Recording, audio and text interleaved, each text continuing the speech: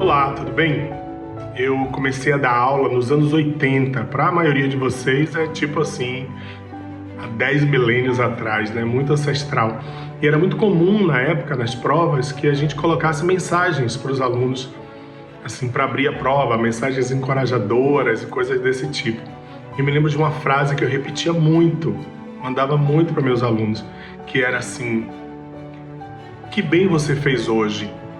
Ou alguma coisa parecida. Quantas pessoas você tocou positivamente no dia de hoje? Quantas vidas você ajudou a mudar? É uma chamada para mim permanente. Assim, hoje a gente está sem provas impressas de papel, mas fica valendo essa mensagem, sem dúvida, que a gente todos os dias pare e pense: que bem eu fiz hoje? Quantas pessoas eu positivamente toquei no dia de hoje?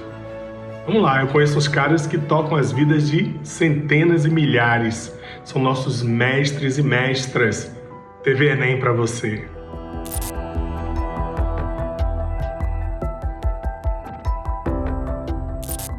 Fala galera, tudo bem? Aqui quem está falando é o professor Rodrigo Moreira. Sou professor de Química e falo diretamente aqui da cidade de Feira de Santana, Bahia, para você que nos assiste aí. Gente, a nossa aula de hoje nós vamos falar sobre transformações gasosas. Mas para falar sobre transformações gasosas, né, nós precisamos nos lembrar de uma coisinha bem importante, que é a equação geral dos gases, que é o quê? PVT Pó-Voltó.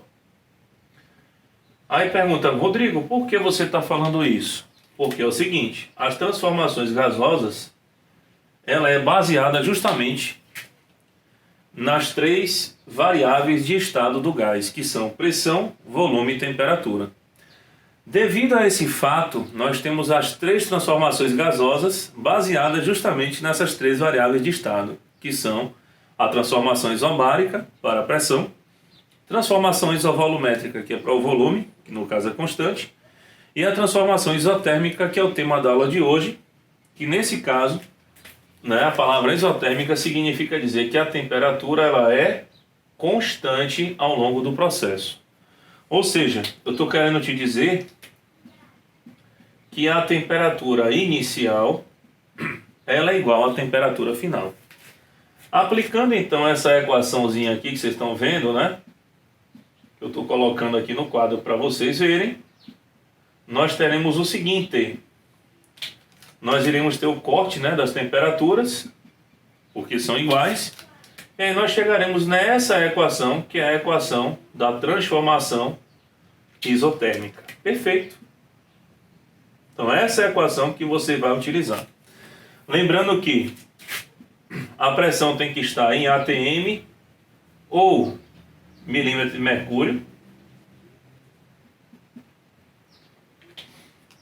e o volume tem que estar em litro, para facilitar, né? Dos dois lados, né? A mesma unidade do lado esquerdo tem que ser a mesma do lado direito, senão não dá certo. E aí esses cientistas, chamado Boyle e o outro por nome Mariotti, ao estudar, eles chegaram à seguinte ideia, né? Que virou lei nisso daí, que foi o seguinte: uma determinada massa fixa de um gás, quando é submetida a uma temperatura constante, quando aumenta o volume, a pressão diminui. Ou seja, basicamente ele quis dizer que pressão é inversamente proporcional ao volume. Por que ele quis dizer isso aqui? Porque ele disse que quando aumenta a pressão, o volume diminui, e quando reduzimos a pressão, temos um aumento do volume. Portanto, as grandezas inversamente proporcionais. E esse gráfico, vocês podem ver que ele é na forma de uma hipérbole, né? É uma curvazinha que tem ali. Então, imagine que isso daqui é o ponto 1 e aqui é o ponto 2. Então aqui no ponto 1 temos pressão 1 e volume 1. Quando vai para o ponto 2, né, no caso aqui, né, a etapa 2, o volume ele dobra de tamanho, enquanto que a pressão ela é reduzida, né, à metade, comprovando realmente essa ideia de Boyle-Mariotti. Para ilustrar para vocês, eu vou mostrar aqui, né, a ideia de uma questão, como é que funciona isso. Aí vem, um determinado gás em um recipiente a 20 graus Celsius, né, 20 graus Celsius, ele ocupa um volume de 90 litros, exercendo 2 atm de pressão sobre as paredes do recipiente. Considerando uma transformação isotérmica, qual será, olha a pergunta, qual será o volume do gás ao triplicarmos a pressão? Né? Aqui é ao triplicarmos a pressão. E pede para esboçar o gráfico. Bom, então, eu tenho que temperatura inicial é 20 graus Celsius. Eu tenho que o volume inicial é de 90 litros. E eu tenho que a pressão inicial é de 2 atm. Portanto, ele diz que a transformação é isotérmica, então a temperatura 2 é igual à temperatura 1. Ele quer saber qual é o novo volume se eu pegar a pressão final for o triplo da pressão inicial. Então, queridos, é o seguinte. Você vai lá, né? PVT, Povotó. Você já pode, né, mandar embora essas duas variáveis aqui. E aí, como é o triplo, né? 3 vezes 2, 6 atm. Ótimo. Então vamos lá, né? 1 e 2 eu não coloquei, né? TO não tem problema. Então aqui, ó, eu posso substituir aqui para facilitar, né? Sem problema, para poder ficar igualzinho aí para vocês. Ó, final, tá bom? Então o final é 3P1. Então vamos substituir. Então P aqui é 6. O volume final que quer saber. A pressão inicial é 2. E o volume inicial é 90. Então, galera, 2 vezes 90 dá 180. Quando divide por 6, o volume final é de 30 litros. Justamente batendo com o que foi falado aqui, ó, né? Com essa questão que a pressão, né, é inversamente proporcional ao volume. Então a pressão aumentou em 3 vezes, o volume também diminuiu em 3 vezes, né? Como é proporcional. E aí pediu para esboçar o gráfico, ó. Aí você vem, esboça o gráfico aqui. Pressão em ATM, já está em ATM. Volume em litro, ó. Você faz aqui. Então no início você tinha volume 90, pressão 2. Então vamos aqui, ó. 90 litros, tá aqui. A pressão era de 2 atm. Aí a pressão pulou de 2 para 6 e o volume caiu para 30 litros. Beleza, gente? Então, ó, confirmando o que nós falamos, né? Agora há pouco, né? Então, realmente, pressão e volume são inversamente proporcionais e a transformação ela é isotérmica. Beleza? Espero ter contribuído para o conhecimento de vocês. O Enem se aproxima. Sucesso sempre, foco, força e fé. Grande abraço, um beijo no coração de vocês. Valeu? Tchau, tchau.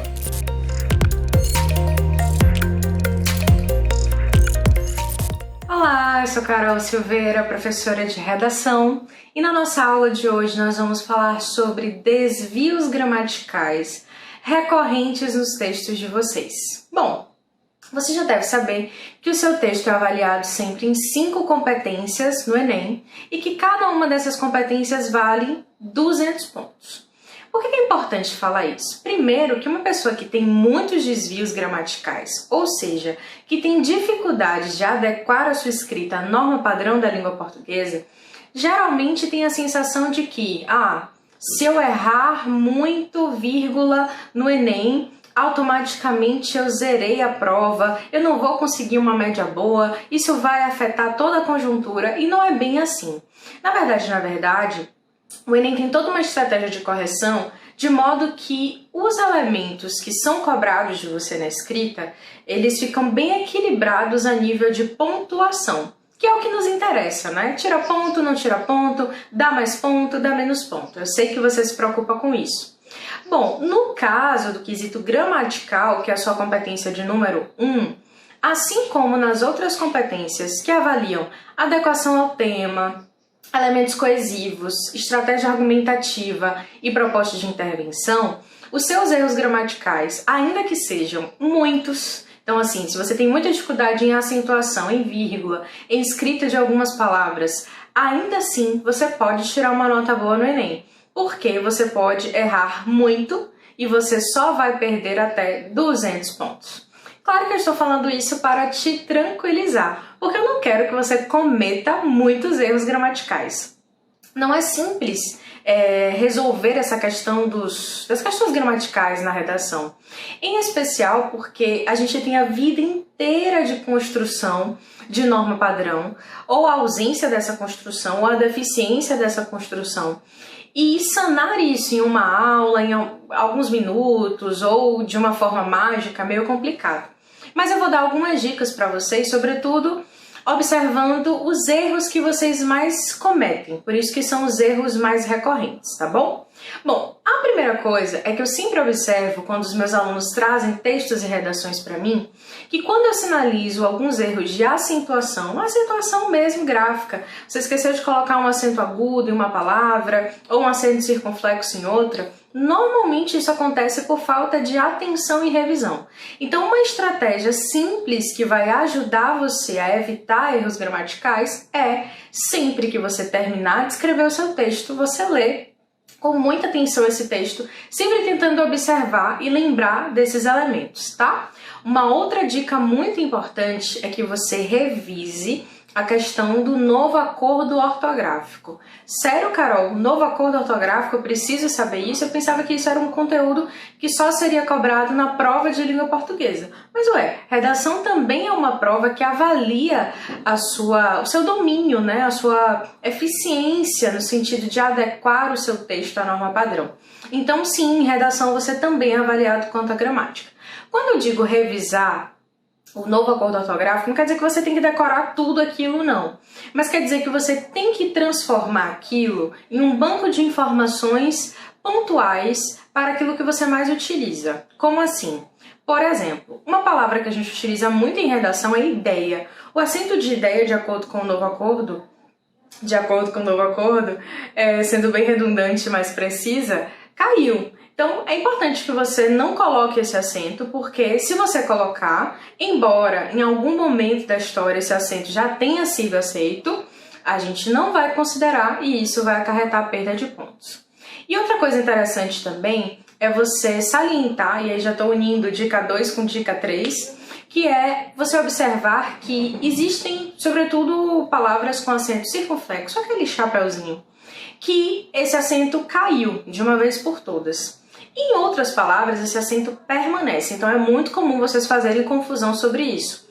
Por exemplo, quando você tem vogal duplicada, como acontece na palavra vou e na palavra vem, no sentido de enxergar, né? Vem no sentido de enxergar, que esse é está duplicado, e em vou, que esse o está duplicado, esse acento circunflexo que existia nessas duas palavras não existe mais.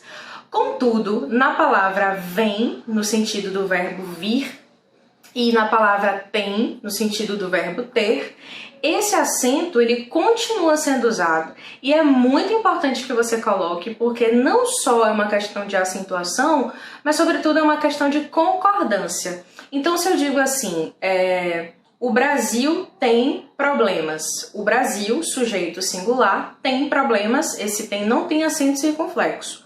Mas se eu digo as escolas têm problemas, quando eu digo as escolas, plural, tem plural, esse acento é necessário porque ele marca o plural. E a mesma coisa acontece com vem. Então, se eu digo no verbo vir, tá? Se eu digo assim, ela, singular, vem para a aula, não coloco acento circunflexo, mas se eu digo eles vêm para a aula, eles, plural, vêm com acento circunflexo. Ou seja, essa dica é muito importante porque é um erro muito recorrente que vocês cometem quando o assunto é competência 1, né? Então vocês perdem pontuação por causa disso. E não tem necessidade nenhuma, não é mesmo? Outro erro muito recorrente é que vocês colocam mais ao invés de mas. Lembrando que mas, sem i, é um conector adversativo, pode ser substituído por porém, contudo, todavia, entretanto, e expressões como em contrapartida, por outro lado.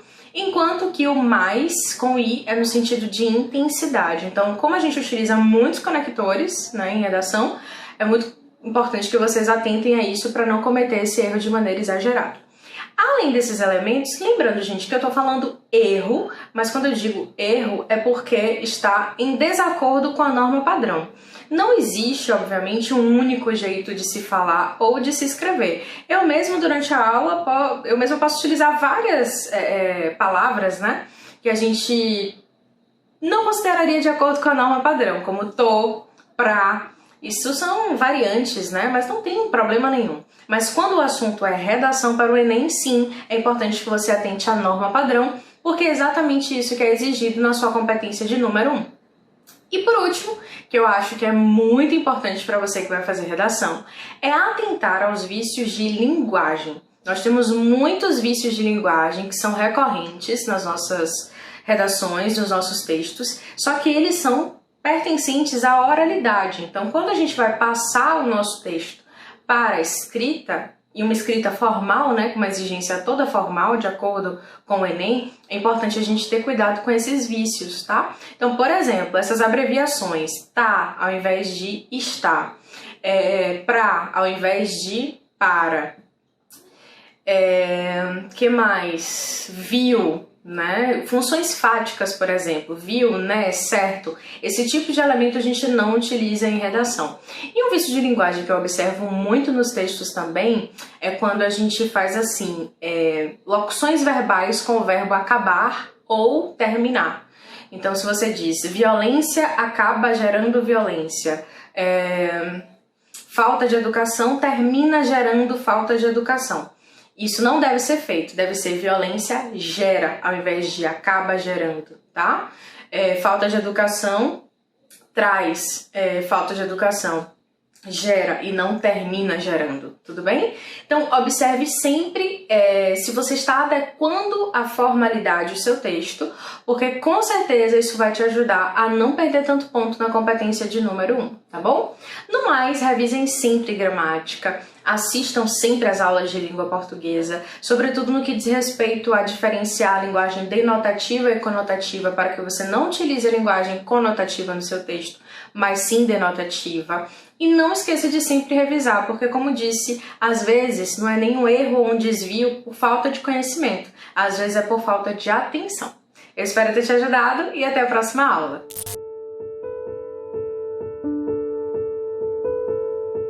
Tudo bem?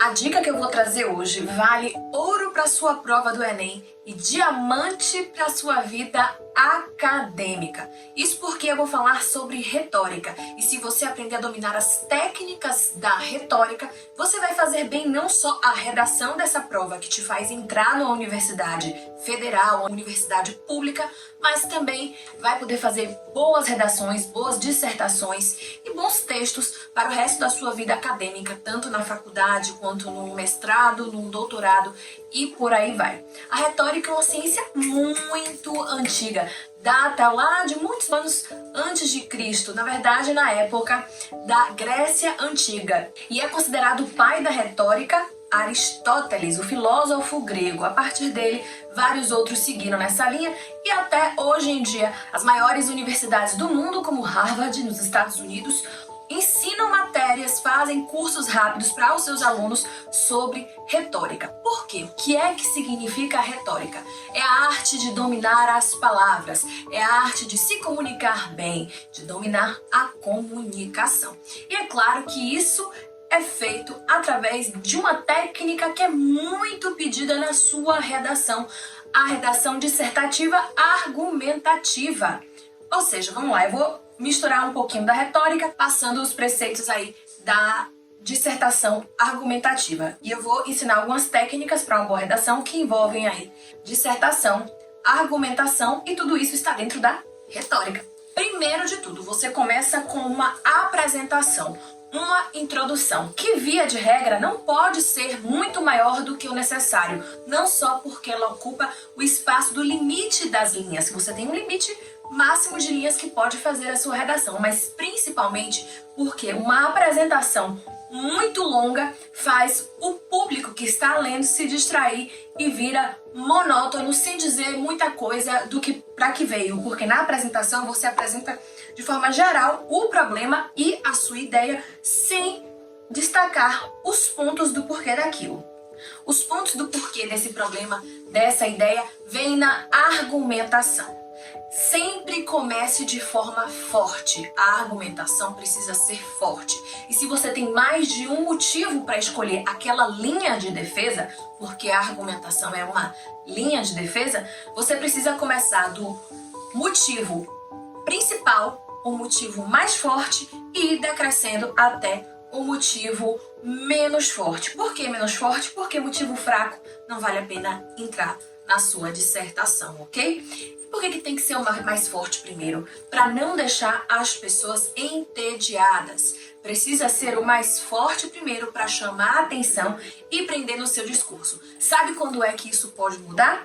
Quando há uma linha cronológica que pode ser seguida, ou seja, quando a linha do tempo se faz mais forte do que o fato em si, porque o fato depende dessa linha do tempo. E para isso, essa ordem cronológica precisa ser de conhecimento geral, porque aí se impõe, né, em relação ao fato. Mas se for diferente disso, esqueça, você já perdeu pontos porque a pessoa que está corrigindo sua prova já ficou entediada de ver do mais fraco, do mais fraco, do mais fraco, até chegar ao mais forte. Depois da sua argumentação concluída, você vai para a contra-argumentação. O que é a contra-argumentação? Quando você apresenta um argumento contrário ao seu próprio argumento. Ué, mas eu vou me contradizer? Não, você não vai se contradizer. Tudo na vida existem dois lados. Um motivo por que isso e o outro motivo por que não aquilo. E você precisa apresentar os dois lados. Sim, você precisa mostrar que você está ciente daquilo que é contrário à sua ideia principal. Ou então daquilo que se opõe, daquilo que, não digo negativa, mas daquilo que pode anular o seu argumento. Você precisa estar ciente disso e colocar isso no seu texto. Essa é uma forma de enfraquecer o contra-argumento. Você mostra, eu penso isso, meu argumento é esse, porém eu sei que existe isso, isso e isso.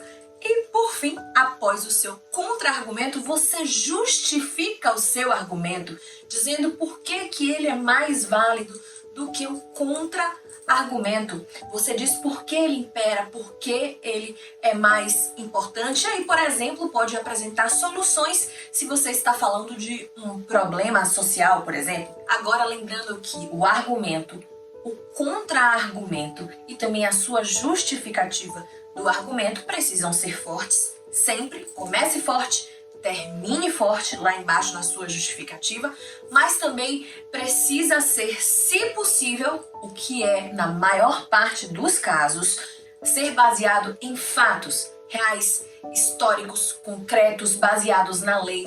Por isso que é tão importante a gente conhecer atualidades, a gente conhecer as leis de assuntos que são incomuns à sociedade. Existe tanta coisa que está no direito e fala diretamente da nossa vida, não só em sociedade, mas nossa vida privada, só que comum no dia a dia. E é importante que a gente conheça tudo isso, inclusive entenda de política também, por exemplo, para poder construir bons argumentos, contra-argumentos e justificativas de argumentos. Dessa forma fica muito mais difícil você enfraquecer a sua ideia principal, fica muito mais difícil você errar e ser até desmentido, que seria, no mínimo, um vexame e uma nota baixa na sua redação do Enem.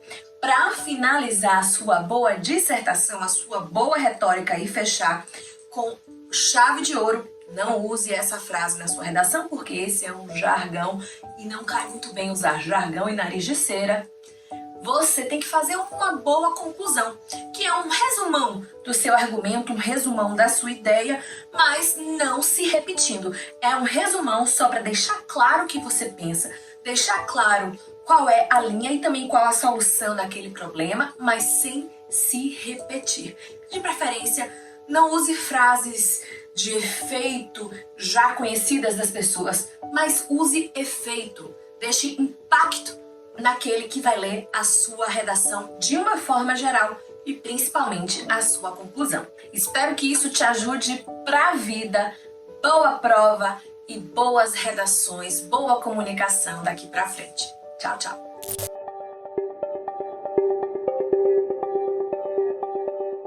Olá pessoal, eu sou o professor André Freitas, Dedé, seu professor de Biologia, e vim aqui hoje falar a respeito de um tema extremamente importante para toda a nossa sociedade.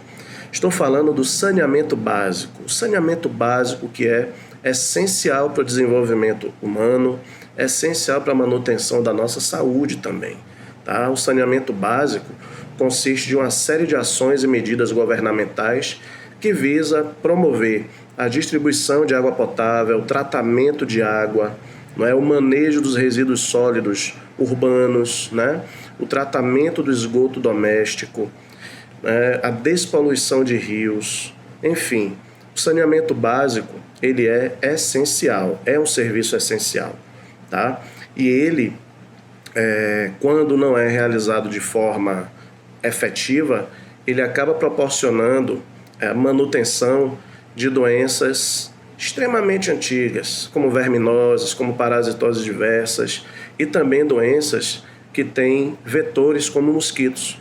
Então a nossa região Nordeste, por exemplo, e o nosso país, por conta do clima, ele tem um apelo ambiental ideal, para o desenvolvimento de vetores, principalmente mosquitos, como o mosquito Aedes aegypti, por exemplo, que é vetor de uma série de doenças como dengue, zika, chikungunya e eventualmente febre amarela, Mas o saneamento básico é algo muito antigo, Existem relatos de que as próprias pirâmides do Egito já apresentavam um sistema de distribuição de água canalizada por tubos de cobre, Na Índia, há mais ou menos 4.000 anos atrás, existia uma tubulação de argila, em algumas comunidades, em algumas vilas. Isso mostra que há algum tempo a humanidade vem tentando promover uma espécie de cuidado maior à sua população. Na Grécia também existem relatos de manejo do lixo e da distribuição de água. E na Roma, principalmente a Roma antiga, o sistema de aquíferos que abastecia aquela cidade era uma coisa assim fantástica, Até hoje existem vestígios daquele processo em toda Roma, Ela é repleta de aquíferos que promoviam a distribuição de água potável, para os seus cidadãos.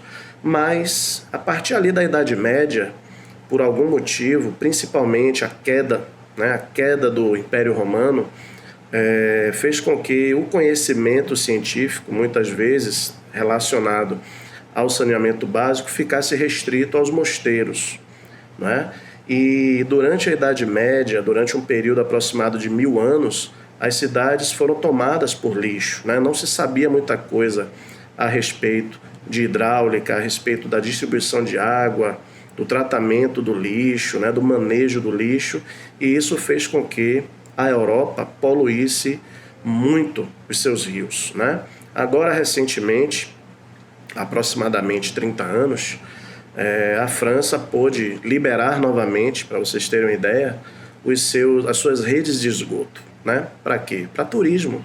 Quer dizer, o rio Sena foi despoluído, o rio Tâmisa foi despoluído, enfim. A Europa conseguiu fazer um processo de despoluição fantástico que nós precisamos copiar. Por quê?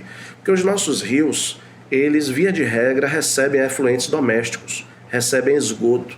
E junto com esse esgoto, aproximadamente 48% do esgoto doméstico vai para a natureza in natura, ou seja, sem nenhum tipo de tratamento. Isso quer dizer que fezes, urina e outros dejetos, eles vão da forma natural para o leito dos rios. E o que é que isso vai acarretar?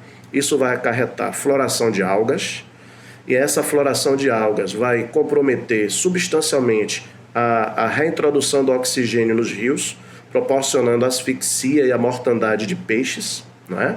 Então, muitas populações que vivem da pesca ou que vivem daqueles rios poluídos, elas vão se comprometer em relação à saúde, tá certo? Além disso, pode haver um processo de eutrofização. E mais recentemente, tivemos eventos relacionados à maré vermelha, ou seja, a deposição de matéria orgânica direto no esgoto e o esgoto desembocando no mar, levando esse efluente, essa poluição, ela cria um ambiente ideal para a proliferação de determinadas algas, como dinoflagelados, que são responsáveis por promoverem a maré vermelha, né? Então, fora tudo isso, nós temos uma questão extremamente delicada com relação ao lixo doméstico. Muitas cidades brasileiras ainda têm lixões a céu aberto, ou seja, não estão cumprindo as leis federais, né, que determinam a instalação de aterros sanitários, né? Por quê? Porque o lixão a céu aberto nada mais é do que lançar em um determinado terreno todo o lixo de uma cidade. E isso vai proporcionar o quê? Primeiro, um processo terrível de eliminação do gás metano, que é um gás de efeito estufa extremamente nocivo, muito mais nocivo do que o gás carbônico. Por quê? Porque esse gás metano ele não entra em nenhuma via metabólica, ou seja, nenhum tipo de organismo se utiliza do gás metano, tá? De maneira que ele somente se acumula e amplifica o aquecimento global. Além disso, o lixão a céu aberto, o lixo exposto, gera um líquido fruto do processo de decomposição chamado chorume. E o chorume, quando é drenado para o solo, ele acaba chegando, atingindo lençóis freáticos, né? E ao atingir lençóis freáticos, ele pode comprometer a saúde de populações que se utilizam daquela água usando, por exemplo, poços artesianos, né? Então, a questão do chorume, a questão dos vetores de doenças, né? O lixão a céu aberto, ele é um ambiente perfeito para o desenvolvimento de vetores como ratos, que vão levar para as cidades a leptospirose, não é? Infecções bacterianas diversas, moscas e baratas, enfim. O manejo do lixo ele é fundamental. No aterro sanitário, há a possibilidade de nós separarmos os tipos de lixo, contribuindo com a reciclagem e proporcionando renda para uma parte da população. Na verdade, nós podemos enterrar, né, ou aterrar aquele lixo e ele vai ser protegido com a manta impermeabilizante que impede que o chorume seja drenado para o solo. Nós podemos, ao contrário, retirar o chorume depois e utilizá-lo como biofertilizante. Nós podemos utilizar o gás metano canalizado nos aterros sanitários para produzir energia elétrica em usinas termoelétricas instaladas no próprio aterro, não é verdade? E contribuir com a questão do crédito de carbono, ou seja, nós podemos ganhar dinheiro com o lixo que nós recolhemos. Então é essencial que a gente preste atenção a essas situações que foram descritas, principalmente porque uma série de doenças continuam sendo perpetuadas em nossa sociedade por conta desse descaso governamental. Estou falando aí dos casos de verminoses como a cisticercose, a esquistossomose, barriga d'água, na verdade que tem no ambiente aquoso ou no ambiente aquático, não é? Os ciclos de vida iniciais do seu agente etiológico, tá?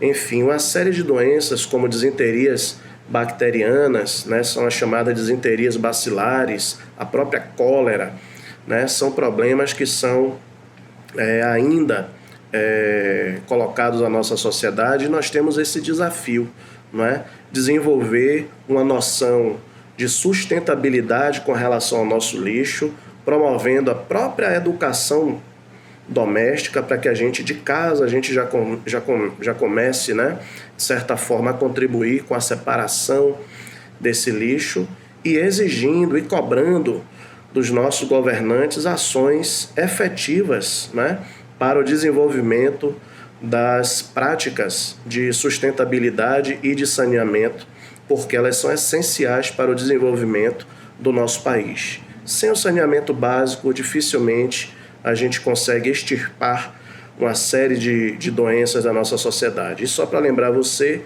a cada R$1 que é investido em saneamento básico, nós conseguimos economizar R$5 em saúde. Então, saneamento é urgente. Beijo do Dedé, papá!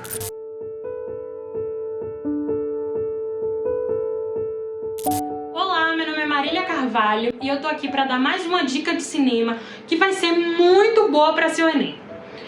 Motivada por todas essas situações de manifestos, protestos que aconteceram por conta da morte do George Floyd, eu decidi indicar um filme chamado O Ódio que Você Semeia. O título é motivado por uma frase de uma música de Tupac, que foi um rapper americano muito famoso nos anos 90.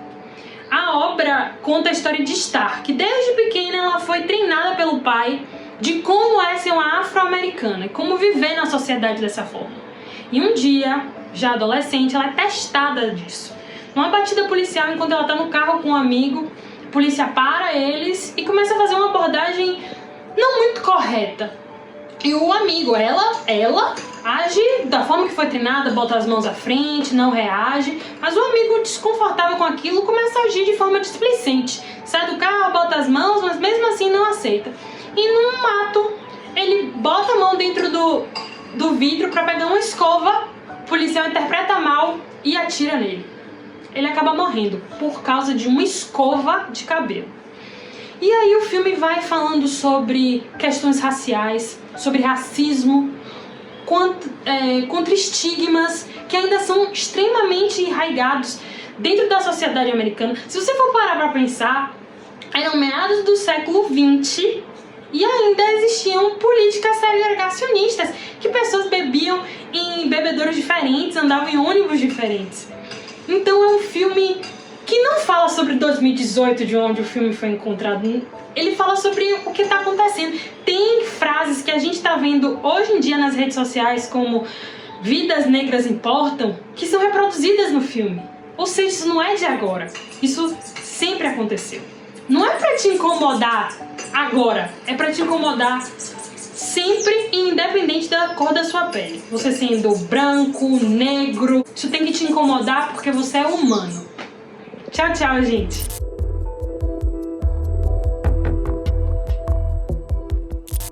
Fala galera, tudo bem? Eu sou Adroaldo Lima, professor de matemática, e hoje a gente vai fazer questões de logaritmo da prova do Enem.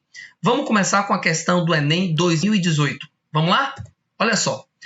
Em março de 2011, um terremoto de 9 graus de magnitude na escala atingiu o Japão, matando milhares de pessoas e causando grande destruição. Em janeiro daquele ano, um terremoto de 7 graus na escala atingiu a Argentina. A magnitude de um terremoto medida pela escala é dada por essa relação. Você não é obrigado a saber essa relação, tá? Em que A é a amplitude do movimento vertical, tá? A ondulação, informado em um sismógrafo, que é o aparelho utilizado para calcular exatamente essa amplitude, e a 0 é a amplitude de referência. Ainda lembrando que o log representa o logaritmo na base 10. Bem, a razão entre as amplitudes dos movimentos verticais dos terremotos do Japão e da Argentina é... Galera, é o seguinte, o que ele está pedindo para a gente é a razão entre as amplitudes. Se você quiser colocar aqui, ó, fica muito legal. Olha só, vamos colocar aqui, ó. Ele quer a razão entre a amplitude do Japão e da Argentina. O problema é que eu ainda não tenho essa amplitude. O que é que eu vou fazer? Eu vou pegar essa relação aqui, ó. Eu vou pegar essa relação que ele nos deu, que essa relação aparece, na relação aparece a amplitude, e vou dar um jeitinho para isolar essa amplitude. Da seguinte maneira, olha só. Eu vou dizer que o log de A sobre A0 na base 10, quando não tem a base é 10, isso aqui é igual a R, que foi o dito pela questão, tá? Foi o que a questão disse. Aí eu vou aplicar a definição. Como é a definição? Você primeiro eleva, tá? E depois você iguala, tá? Esse E é de elevar e esse I é de igualar. Então, se você fizer assim, vai ficar A sobre A0 é igual a 10 elevado a R. Assim, eu vou dizer que o A0 está dividindo, passa multiplicando, vai ficar o quê? A0 que multiplica 10 elevado a R. Então, essa relação que eu acabei de encontrar é a relação que permite eu calcular a amplitude. O meu trabalho agora, então, será substituir. Venha cá comigo, ó. Venha cá comigo para a gente fazer essa continha. Nós temos aqui a amplitude do Japão vai ser o valor inicial vezes 10 elevado a R. Só que aqui é o R do Japão. Na amplitude da Argentina vai ser A0, que multiplica 10 elevado a R, só que o R da Argentina. Como A0 é exatamente um fator o quê? Um fator comum, eu posso simplificar A0 com A0 e observe o que aconteceu. Ficou apenas o quê? Uma divisão de mesma base, que eu vou conservar a base, que é 10, e vou subtrair os expoentes. Fica a magnitude no Japão menos a magnitude na Argentina. Esses resultados foram resultados dados pela questão, tá? A magnitude no Japão, ele falou que tinha 9 graus, tá? E a magnitude na Argentina, a questão disse que era 7. Beleza? O que eu vou fazer agora é substituir. Então, se você substituir aqui, ó, 9 menos 7, isso vai dar 10 ao quadrado. E aí, a gente finaliza a questão dizendo que a resposta é 100. 100 aparece para a gente na letra D.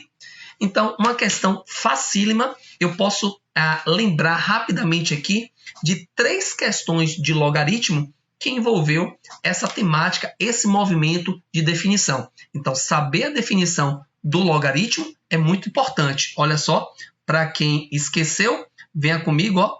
Logaritmo de A na base B igual a X. Como é a definição? A definição vai ser B elevado a X igual a quem? Igual a. Não abra mão das definições matemáticas na sua prova. Beleza? Agora vamos fazer a questão do Enem 2019. Charles e Beno desenvolveram a escala que mede a magnitude do terremoto. Essa escala pode variar de 0 a 10, com possibilidade de valores maiores. O quadro mostra a escala de magnitude local. Então, no quadro, o que está ali é a magnitude local, que ele chama de MS, de um terremoto. Para calcular essa magnitude, usa-se a fórmula. Olha a fórmula, você não é obrigado a saber qual é a fórmula que permite calcular a magnitude de um terremoto. Ele vai fornecer para você. Detalhe da fórmula é que tem um logaritmo e a base é 10, tá? Ele ainda diz que A é a amplitude, vamos aqui destacar, tá? A é a amplitude máxima, tá? E a amplitude máxima, lá embaixo no texto, ele diz, ó, amplitude máxima é 2000. Então, ele já está informando, são coisas que eu vou usar para substituir, tá? E F, ó, F é a frequência, tá? E a frequência ele também deu, ó. Então, ele deu a amplitude e deu a frequência. O que é que ele quer? De acordo com os dados fornecidos, o terremoto ocorrido pode ser descrito como... Gente, para você descrever o terremoto, tá aqui na tabela, gente, não tem magia, ó. Para você descrever o terremoto, tá vendo? A descrição, ela tem que ser feita em pequeno, ligeiro, moderado, grande e extremo. Só que você só consegue se você souber quem? O valor de MS. Então, aqui, ó, eu vou pegar essa informação, vou usar os dados que ele me deu e vou descobrir qual é o tipo de terremoto com essas características. Beleza, então? Então, vamos lá. Olha só como é que vai ficar. MS vai ser igual a 3,3 mais o logaritmo de o valor de A, que é a amplitude, ele deu 2000, tá? E o valor da frequência, ele deu também 0,2. Ok? Então, você tem aqui que MS é igual a 3,3 mais o logaritmo. E aí, olha o que a gente vai fazer. Atenção! Nós temos ali o 0,2. 0,2 é igual a 2 sobre 10, que se você simplificar os dois aqui por 2, isso vai dar 1/5. Tá? Então, no lugar de 0,2, eu vou botar aqui, ó, 1/5. Isso vai me ajudar muito na hora que eu for o quê? Na hora que eu for simplificar. Olha só, esse 2.000 eu vou poder dividir com 5. 2.000 dividido por 5 é exatamente o 400, tá? E aí eu vou reescrever essa magnitude local assim, ó. Venha comigo, ó. A magnitude local vai ser 3,3 mais o logaritmo. Olha só, esse resultado 400 eu posso escrever assim, ó, 2 ao quadrado vezes 100, tá? E fazer assim é muito legal, porque eu tenho ali um produto, e se eu tenho um produto, eu vou separar ele como? Se eu tenho um produto, eu vou separar ele somando. Isso aqui vai ficar log de 2 ao quadrado mais o log de 100, tá? Quem quiser 100 pode botar 10 ao quadrado, tá? Imediatamente, esse 2 ele vai passar para frente, ó, multiplicando, tá? Esse 2, ó, passa para frente multiplicando. Então, a gente vai ficar com, vamos lá, a gente vai ficar com 3,3 mais 2 log de 2 mais 2 log de 10, tá? Como eu sei quanto é o log de 2, a questão deu, tá aqui no problema, ó, 0,3 é o log de 2. Então, esse valor aqui, ó, eu já sei que vai ficar 0,3. E log de 10 na base 10, eu também sei, isso aqui é 1, tá? Então, vamos aqui finalizar nossas contas. Nossas contas, então, ficariam assim, ó. 3,3 mais 2 vezes 0,3 é 0,6, mais 2 vezes 1 vai dar 2. Somando, 3,3 mais 0,3 mais 0,6 é 3,9, mais 2 vai ser 5,9. E agora, com essa magnitude local, a gente conclui que esse terremoto é moderado, o que vai dar a alternativa letra C. Então é isso, galera. Espero que tenham gostado e até a próxima.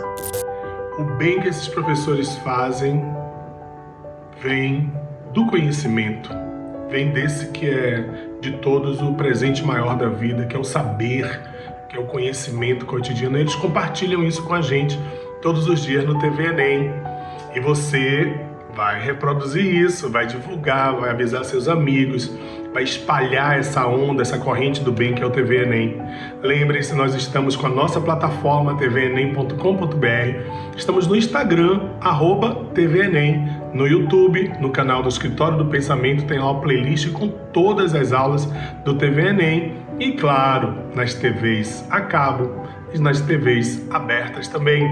Paz e luz para vocês, vamos em frente.